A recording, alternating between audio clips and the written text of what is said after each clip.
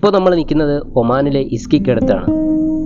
Archaeological survey പ്രകാരം ഏകദേശം 5000 വർഷം പഴക്കമുള്ള കല്ലറകൾ തേടിയുള്ള യാത്രയിലാണ് ഞാനിന്ന്.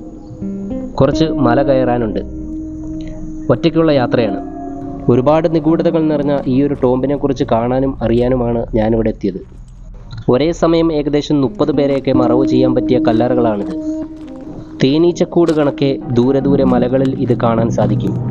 ഈ ഒരു പ്രദേശത്ത് ഏകദേശം 60ഓളം കല്ലറകൾ ഉണ്ടെന്നാണ് സർവേ പ്രകാരം പറഞ്ഞിരിക്കുന്നത്.